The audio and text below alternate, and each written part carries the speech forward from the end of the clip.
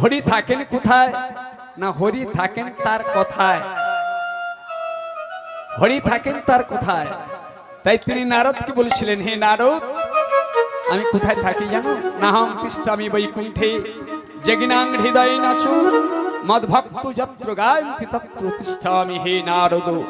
আমার ভক্তরা যেখানে ভক্তি ভরে আমার নাম গান কীর্তন করে, আমি সেখানেই অবস্থান করি। তো যদিও এটা কলিযুগ, এই কলিযুগের মানুষ আমরা যদি ওই ভগবানের নাম গান নিয়ে একটু জীবনটাকে সার্থক করতে পারি, তাই আমাদেরকে এই সুন্দর সুযোগটি এনে দিয়েছেন আজকে যিনি মহান দাতা। রাধে রাধে। বড় আশা করে এসেছি হরিনাম শোনাবো বলে, এই মধুমাখা কৃষ্ণ নাম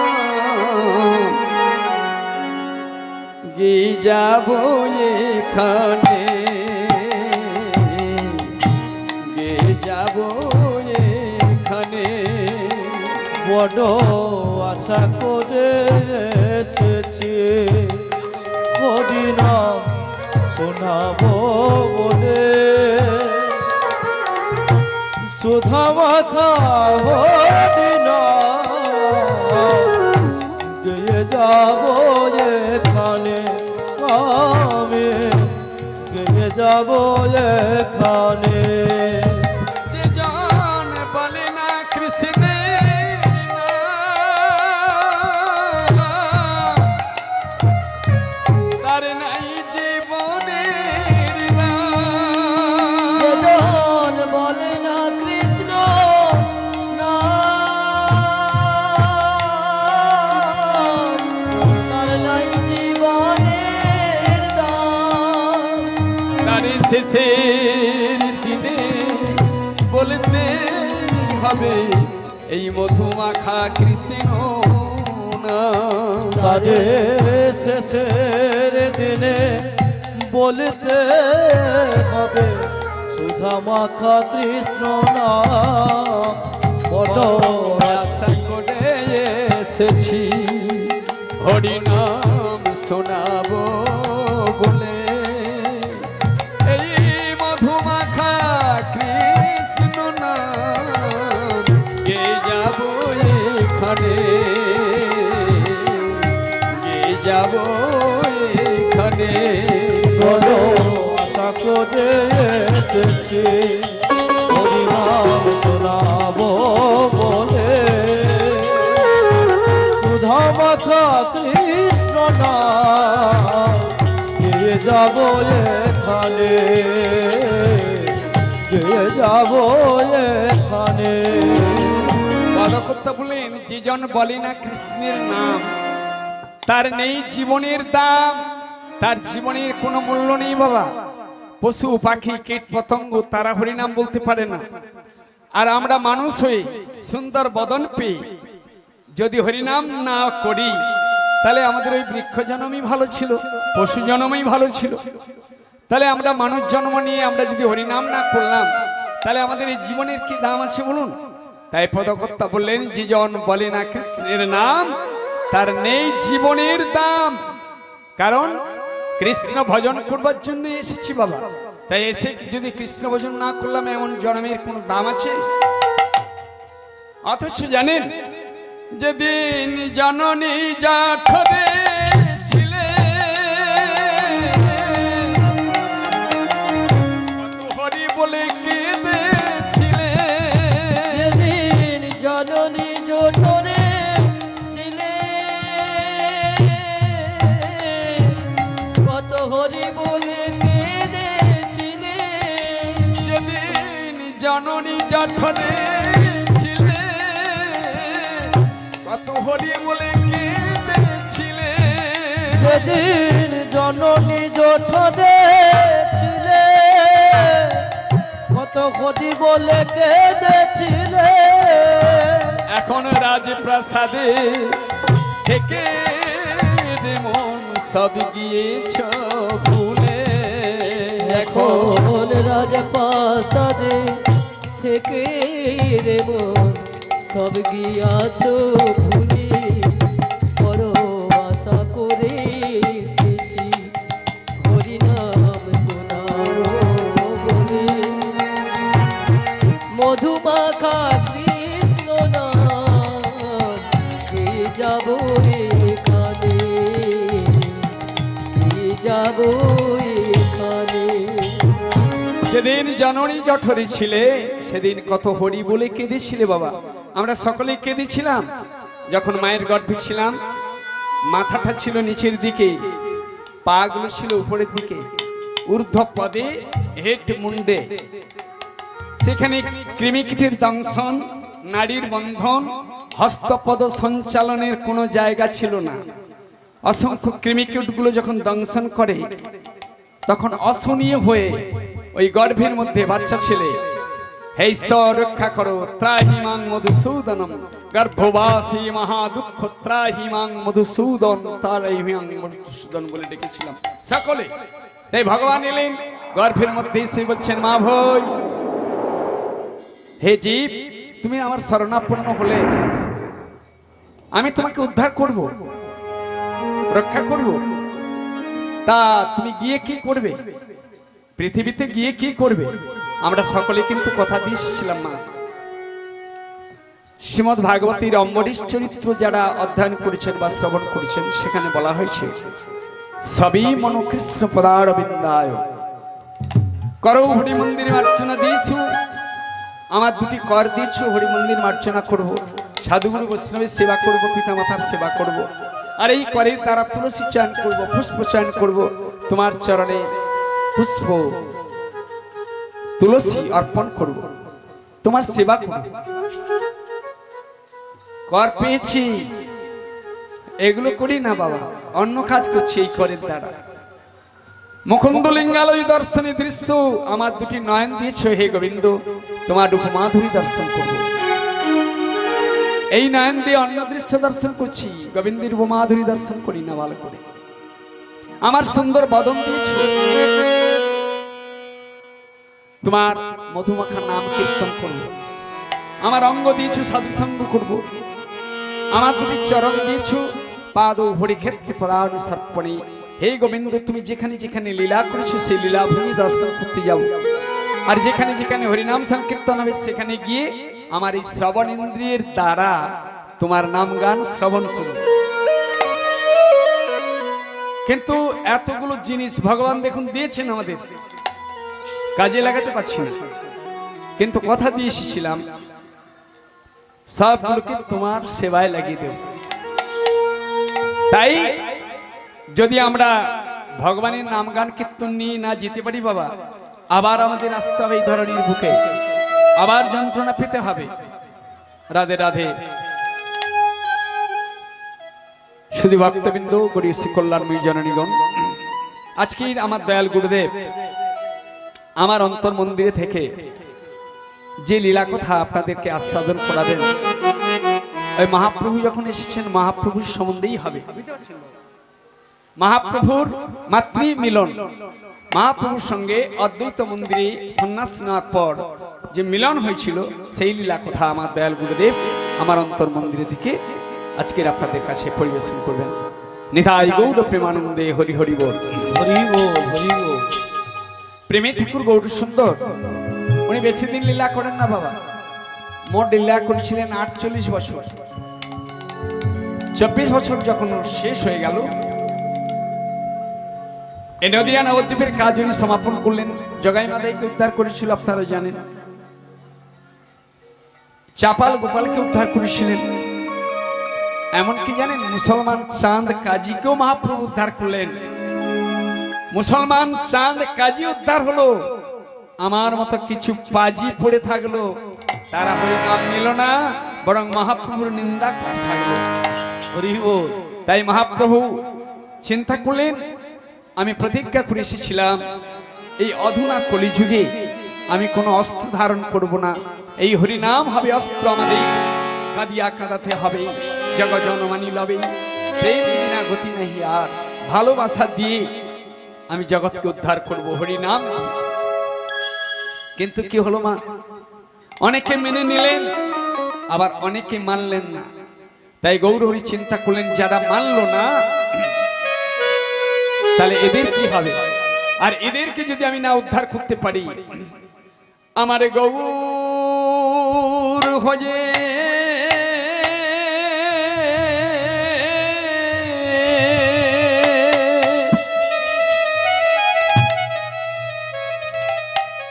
গৌর হয়ে হলো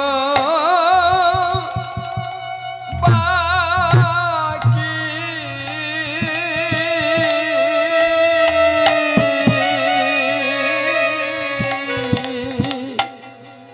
আমার গৌর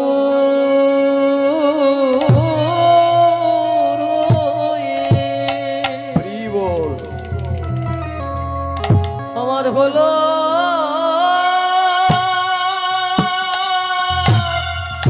বাকি।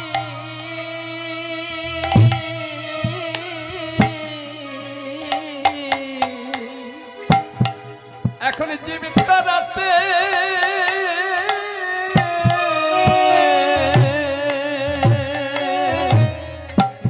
যদি রইল বাকি,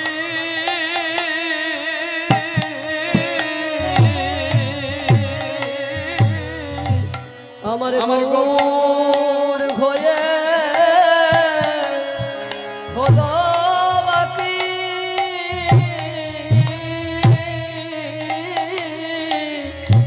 এখন জীবিত রাতে আমার রইল বাকি।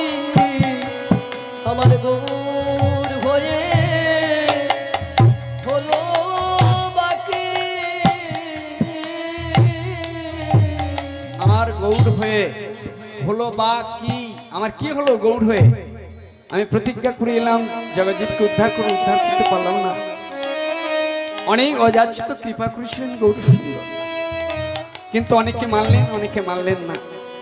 তাই প্রেমী ঠাকুর চিন্তা করলেন, একদা নিরজনে শ্রীপাদ নিত্যানন্দকে ডেকে বললেন, শ্রীপাদ, এই নবদ্বীপের কাজ আমার শেষ হয়ে গেছে। যারা আমাকে মানলো না, হরিনাম নিল না, ওদেরই জন্যে, জগতের মঙ্গলের জন্যে আমি সন্ন্যাস নেব, আমি গৃহত্যাগ করে চলে যাব। শ্রীপাদ নিত্যানন্দ বলেন, না না না প্রভু, আপনি অমন করবেন না, তুমি যেও না। বললেন, শ্রীপাদ, আমি যদি না যাই তাহলে এই জগজন্ত উদ্ধার হবে না। কারণ আমি চলে গেলে আমার বৃদ্ধা মাতা শচীদেবী হানিমাই হানিমাই বলে কাঁদবে, আমার তরুণী ভার্যা বিষ্ণুপ্রিয়া প্রাণনাথ প্রাণনাথ বলে কাঁদবে, আমার অগণিত ভক্ত তারা কাঁদবে আমার জন্য। তাদের নয়ন জল দর্শন করে এদের যদি কখনো চেতনা ফিরে আসে, এরা যদি একবার হরি বলে, তাহলে আমি জানবো আমার গৌর হওয়াটাই সার্থক হয়েছে। এইভাবে দুজনে কথা বলছেন। দূর থেকে সচিমাতা দেখতে পেলেন দুটি ভাই কাঁদছেন। তাই সচিমাতা ডেকে বলছেন কাছে গিয়ে, আহা কি কথা কইছ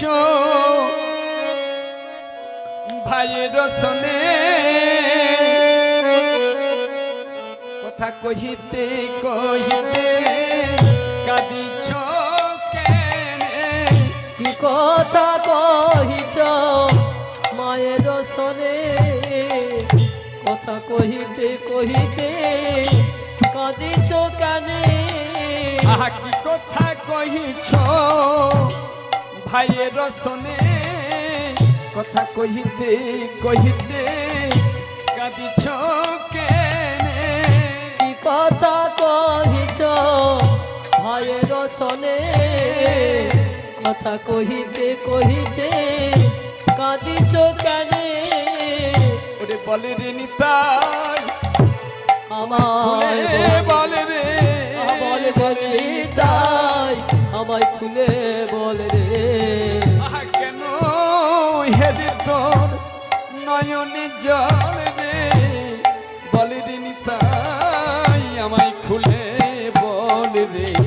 কেন ঘেরি তোর নয়নে জল রে, বল রে নিতাই আমায় খুলে বল রে। নিতাই, দুটি ভাই মিলে কি কথা বলছো? বলতে বলতে আবার কাঁদছো কেন? নিত্যানন্দ তো মিথ্যা কথা বলতে পারবেন না, তাই গৌরহরি বললেন না মা, সে এমন কিছু নয়।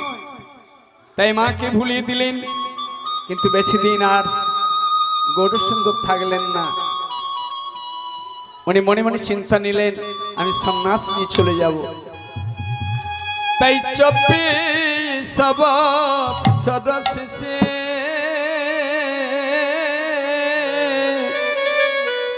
যে জি মাঘ মাস 24 বৎসর শেষে যেই মাঘ মাস, আর তারে শুক্ল পক্ষে প্রভু আমার করিলা সন্ন্যাস।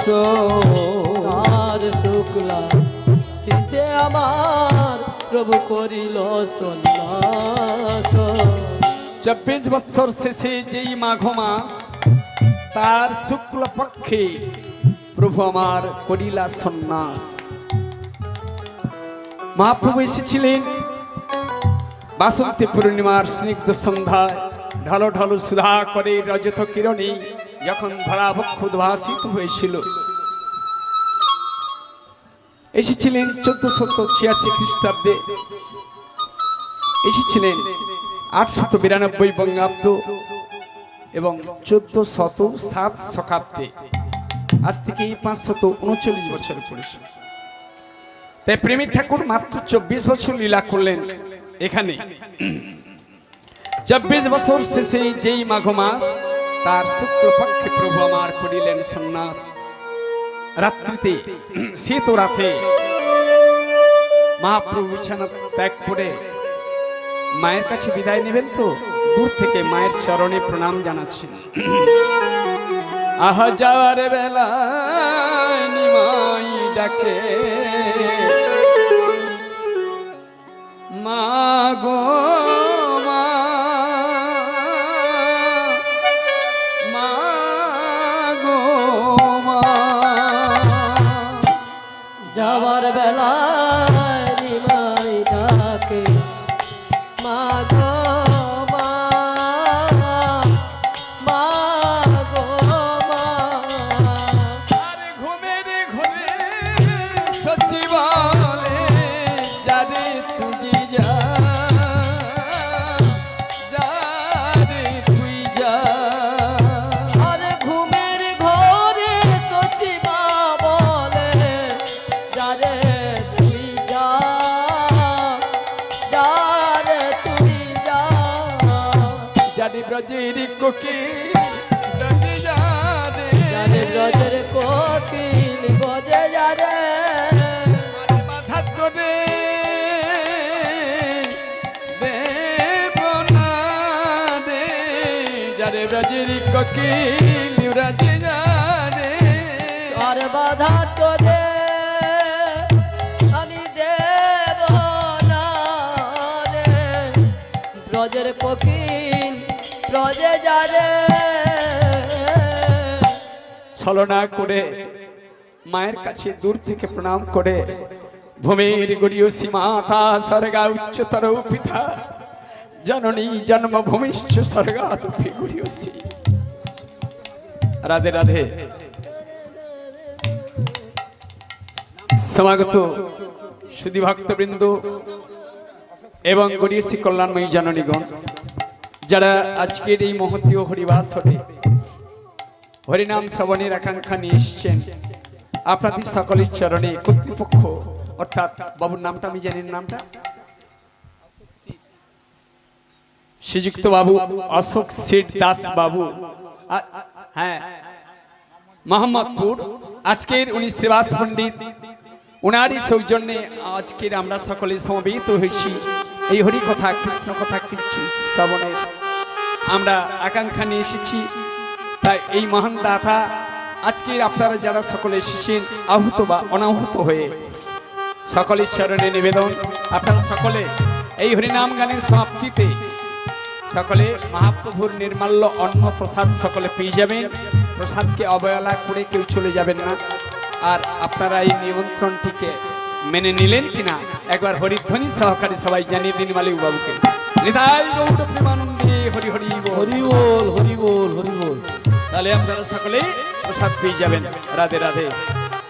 তাই প্রসাদকে আবার যেন অন্ন বুদ্ধি করবেন না। বাড়িতে যেটা খান সেটাই অন্ন মানে ভাত, ঘরে খান, এখানে হলো প্রসাদ। তাই প্রসাদ সেবা করে যাবেন সকলে। নিতাই গৌর প্রেমানন্দে।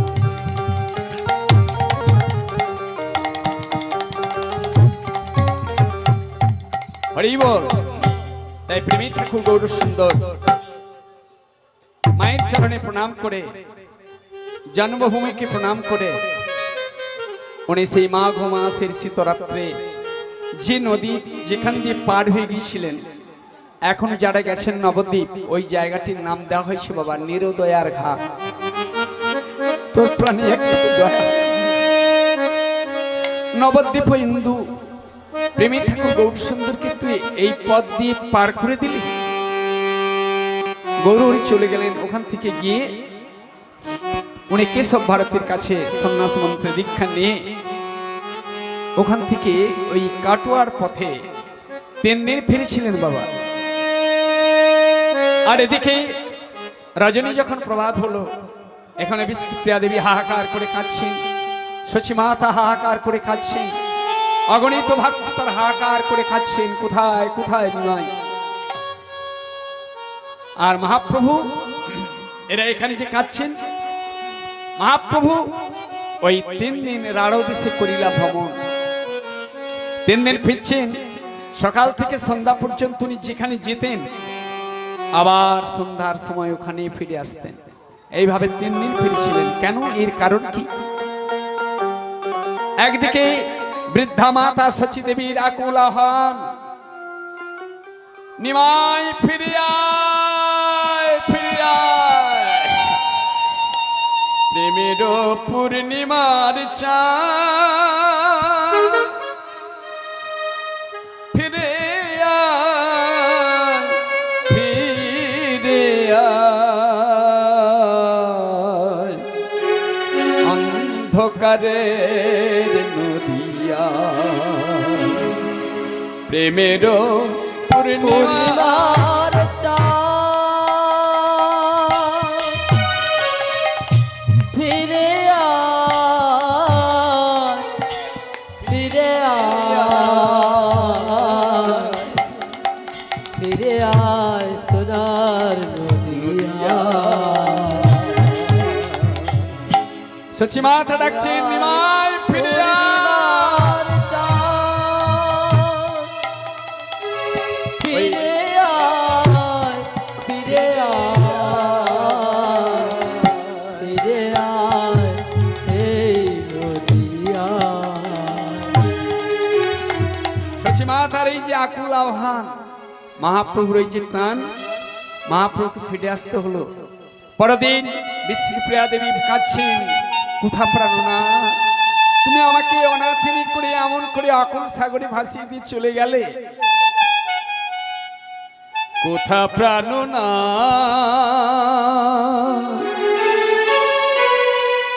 প্রাণনা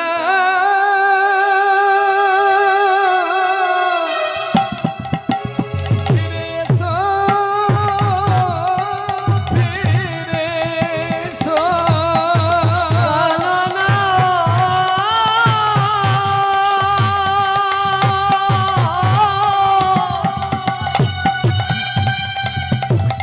ফিরে এসো,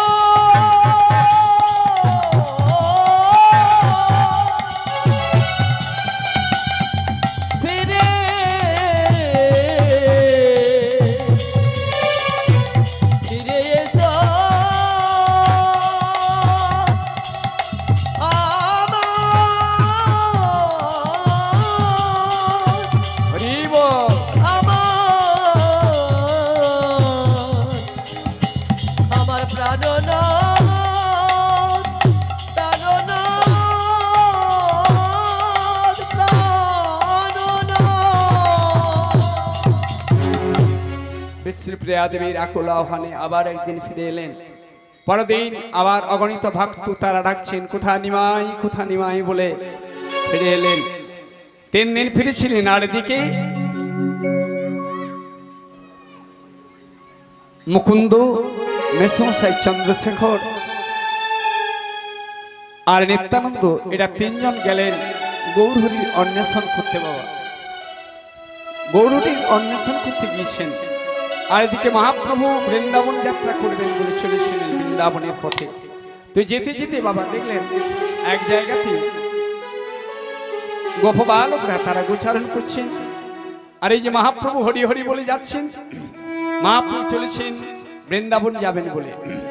আহা কৃষ্ণ কেশব কৃষ্ণ কেশব কৃষ্ণ কেশব রাক্ষম রাঘব রাম রাঘব রাম রাঘব রাক্ষম কেশব কৃষ্ণ কেশব কৃষ্ণ কেশব রাঘব রাম রাঘব রাম রাঘব রাম রাঘব রাক্ষম কেশব কৃষ্ণ কেশব কৃষ্ণ কেশব তাহিম রাম রাঘব রাম রাঘব রাম রাঘব রাক্ষম কৃষ্ণ কেশব কৃষ্ণ কেশব কৃষ্ণ কেশব রাক্ষম রাম রাঘব রাম রাঘব রাম রাঘব ত্রাহিম কেশব কৃষ্ণ কেশব কৃষ্ণ কেশব তাহিম রাম রাঘব রাম রাঘব রাম রাঘব রাক্ষম। বদনে হরি নাম নিয়ে গৌরহরি চলেছেন। আর ওই যে রাখাল বালকগণ ওই গৌরহরিকে বেষ্টন করে তারা গাইছেন আহা হরি বল হরি বল হরি বল হরি বল হরি বল হরি বল হরি বল আহা প্রেমানন্দে বাহু তুলে বলে হরি বল হরি বল প্রেমানন্দে বাহু তুলে হরি বল হরি বল জনবলার জনবল হরি বল হরি বল বিষয়ে বলার সম্পদে বল হরি বল হরি বল মানবী জনম ধন্য হবে হরি বল হরি মন বল প্রাণ যজ্ঞ করে হরি বল হরি বল মন প্রাণ এক করে হরি বল হরি বল আবি জ্বালা দূরে যাবে বল হরি বল হরি বল দূরে যাবে হরি বল হরি বল সব জ্বালা দূরে যাবে হরি বল হরি বল হরি বল হরি বল হরি বল হরি বল। হরি বল এই হরি নামে ত্রিতাপ জ্বালা দূরে যাবে বাবা।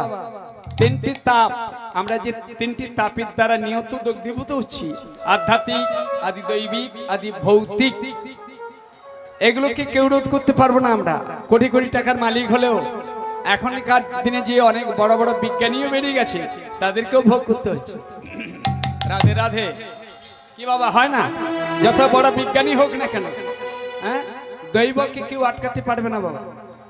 অনাবৃষ্টি, অতিবৃষ্টি, বজ্রপাত, এই যে প্রবল বন্যা, এগুলো রোধ করতে পারবে বিজ্ঞান? পারবে বাবা? এগুলো আমাদেরকে দেখুন, বাঁধ ভেঙে গেল, অনেক বানভাসী মানুষজন মারা গেলে, কি বাবা হয়েছে তো? এগুলো দৈব থেকে। এবার ভৌতিক তাপ কোনগুলো, সেগুলো আমরা রক্ষা করতে পারি না। কুকুর, শৃগাল, সিংহ, ব্যাঘ্র, হিংস্র প্রাণী থেকে যে আঘাতগুলো পাই, এগুলো হচ্ছে ভৌতিক। আধ্যাত্মিক, এটার থেকে আমাদের কারো রেহাই নেই। আপনি কোটিপতি হলে আপনি রেহাই পাবেন না। সেটা কি আধ্যাত্মিক? কি জরা ব্যাধি, আমাদের যে রোগ ব্যাধিগুলো হয়, কোটি কোটি টাকার মালিক আপনি, আপনার বাড়িতে সবকিছু সাজানো আছে, আপনি খেতে পারবেন না। বড় বড় রাজভোগ রয়েছে, ছেলে বৌমা খাবে, আপনি খেতে পারবেন না। ডাক্তারবাবু নিষেধ করে দিয়েছেন আপনার মিষ্টি খাওয়া হবে। কি মা, ছেলে মেয়ে খাবে, আপনি দেখবেন। দেখুন আপনি কত দুঃখী, দেখুন আপনার থেকেও আপনি খেতে পাচ্ছেন না। যে গরিব সে না হয় খেতে পেল না, আপনার তো আছে, আপনি কেন খেতে পাচ্ছেন না? এটা হলো আধ্যাত্মিক রোগ, শোক, জরা ব্যাধি, এগুলো আধ্যাত্মিক রোগ। এগুলো থেকে মানুষের রেহাই নেই ভগবান বলেছেন যার ঘরে আছে এই সকল উপভোগ, কৃষ্ণ তারে দিয়ে রেখেছেন কোনো একটি রোগ। কিছু বিলসিত নারী দুঃখে পড়ি মরে, যার নেই তা হইতেও দুঃখী বলি তারে। কি বাবা, যার নেই সে খেতে পাবে না, কিন্তু আপনার থেকেও আপনি তো খেতে পাচ্ছেন। এই জন্য ত্রিতাপ জ্বালার যদি প্রশমন করিতে চাও করো নামাশ্রয়, পার্থিক সাফল্য চাও করো নামাশ্রয়, মানব জনমকে ধন্য করতে চাও করো নামাশ্রয়। নিধাই গৌর প্রেমানন্দে হরি হরি বল, হরি বল, হরি বল। তাই ওই বালকগণ যখন ওই গৌর হরিকে বেষ্টন করে হরি হরি বলে নাচছে, আর গৌর হরি দেখুন, যিনি যার নাম নিয়ে যিনি হরি সে যে বলছেন হরি, সে আজ ওই বালকদের বলছে, এই বালকগণ তোরা আবার বল, আবার বল, আমি আজ 3 দিন ওই নাম শুনি না। ওই যে ভাবাবিষ্ট হয়ে নিজে নাম করে করে আসছে, শুনতে পায় না, বলছে তোরা আবার বল, আবার বল। এখানে হরি নাম নিয়ে মেতে আছেন।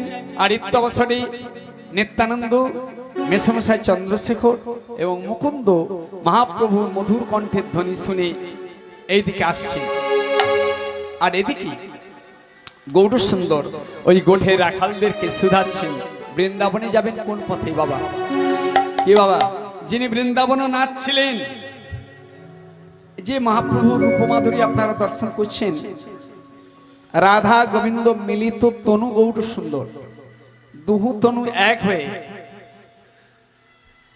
গৌর সুন্দর হয়ে এসেছেন। তা বাইরে যে রূপ দেখছেন এটা হলো রাধারানীর রূপ। অন্তরে কৃষ্ণ, অন্তর কৃষ্ণ, বহির গৌর দর্শিতাঙ্গাদি বৈভব, কর্ষি সংকীর্তনারম্ভে ভবিষ্যামি শশী সুত। রাধা কৃষ্ণ প্রণয় বিকৃতির আহ্লাদিনী শক্তির স্মাম দেখাত্মানা ভুবি পুরা দেহ ভেদ গত চৈতন্যক্ষ প্রকট মধুনা তদ্দেয়ং চক্ষু প্রাপ্তম রাধা ভাব সুবরিত নমি শ্রীকৃষ্ণ চৈতন্য স্বরূপ। রাধা কৃষ্ণ মিলিত তনু গৌর সুন্দর, তিনি বৃন্দাবনে লীলা করে এবার রাধা কৃষ্ণ মিলিত তনু গৌর সুন্দর হয়ে এলেন।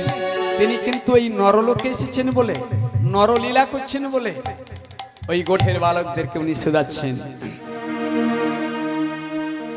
গোঠের রাখা বলে দে রে, কোথায় বৃন্দাবন সেথা রাখাল রাজা গোপাল, খেলে অনুখ কোথায় বৃন্দাবন। গোঠের রাখাল বলে দে রে, কোথায় বৃন্দাবন যেথায় রাখাল রাজা গোপাল আমার, খেলে অনুখ কোথায় বৃন্দাবন। যেথা দিন রাত মিলন রাসে, চাঁদ হাসে চাঁদের পাশে, দিন রাত মিলন রাসে, চাঁদ হাসে রে চাঁদের পাশে। দিন রাত মিলন রাসে, চাঁদ হাসে চাঁদের পাশে। দিন রাত মিলন রাসে, চাঁদ হাসে রে চাঁদের পাশে। নিত্য লীলা করে নামান মদন মোহন, কোথায় বৃন্দাবন। গোঠের রাখাল বলে দে রে, কোথায় বৃন্দাবন যেথায় রাখাল রাজা গোপাল আমার, খেলে অনুখ কোথায় বৃন্দাবন। যেথা কৃষ্ণ নামে ঢেউ উঠে রে, সুনীল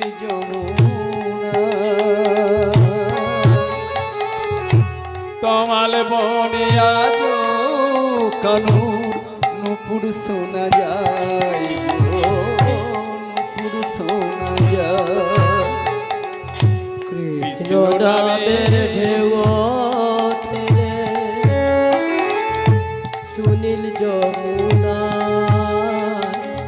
কমল বনে আজ কানু নুপুর শোনা যায় গো, নুপুর শোনা যায়। যেথা দিন রাত সাজ সকালে আহবাসি বাজি কদম তলে, দিনে রাতে সাত সকালে বাঁশি বাজে ওই বাবা। পথের ধুলায় লুটিয়ে আছে শ্রী হরিচন্দ্র, কোথায় বৃন্দাবন?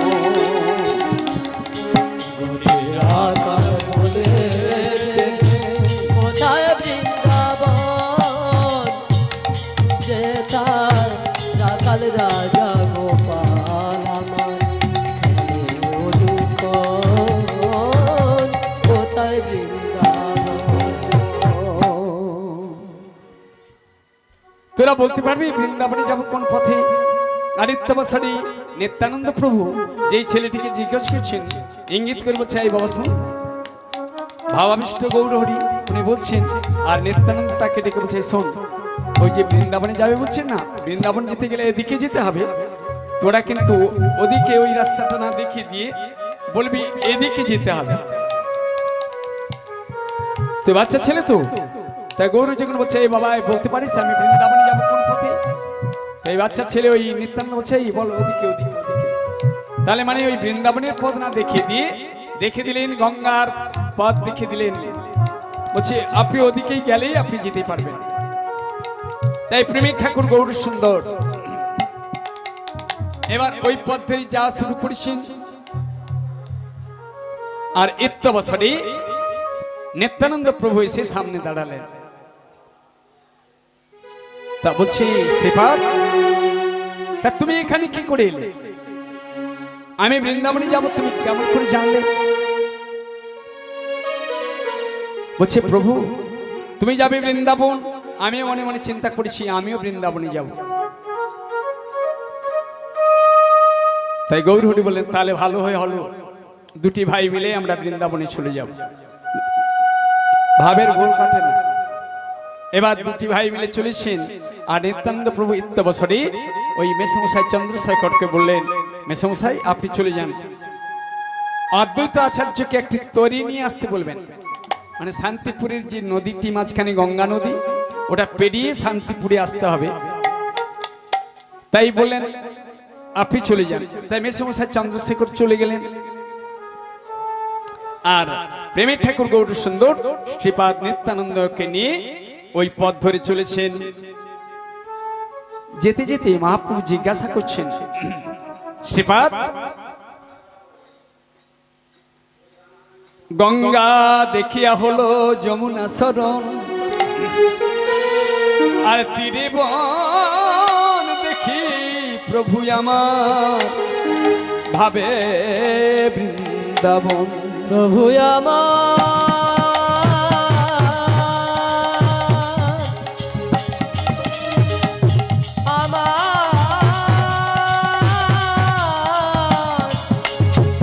আমার প্রভু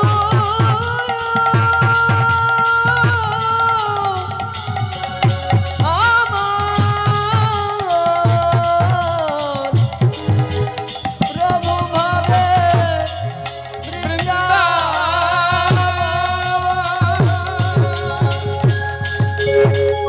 শ্রীপাদকে বলছেন গৌরহরি, আহা এই কি সেবন, এই কি সেবন, আহা এই কি সেবন, এই কি সেবন, মানে পরিতাপ সেবন, আহা এই কি সেবন, এই কি সেবন, জীবনে পতিত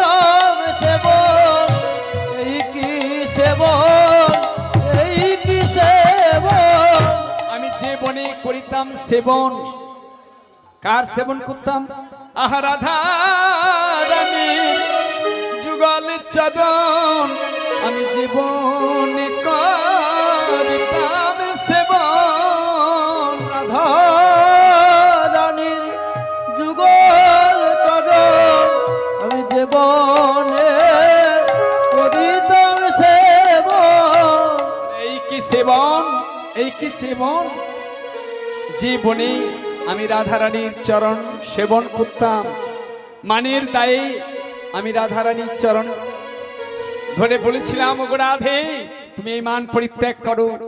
রাধারানী কোনো কথাই শুনলেন না, তাই চূড়ো ধরা বাঁশি সব কিছু রাধারানীর চরণে আমি অর্পণ করে দিয়েছিলাম। তাই এই কি বন, সেই বন, আর এই কি সেই যমুনা? নিত্যানন্দ বললেন, হ্যাঁ প্রভু, এটাই সেই বন। আচ্ছা, নিত্যানন্দ প্রভুকে মিথ্যা কথা বলছেন কেন? বলছেন এই বন সেই বন আর এই সেই যমুনা। কারণ ভগবান যেখানে, তাই সেইখানেই তো যমুনা আর সেইখানেই তো বৃন্দাবন। তাই বলছেন এইটাই তো সেই বন। তাই এবার কিছুটা রাস্তা যাওয়ার পর এবার গৌরহরি নিত্যানন্দকে শুধাচ্ছেন, বলছে শ্রীপাদ তুমি বলতে পারো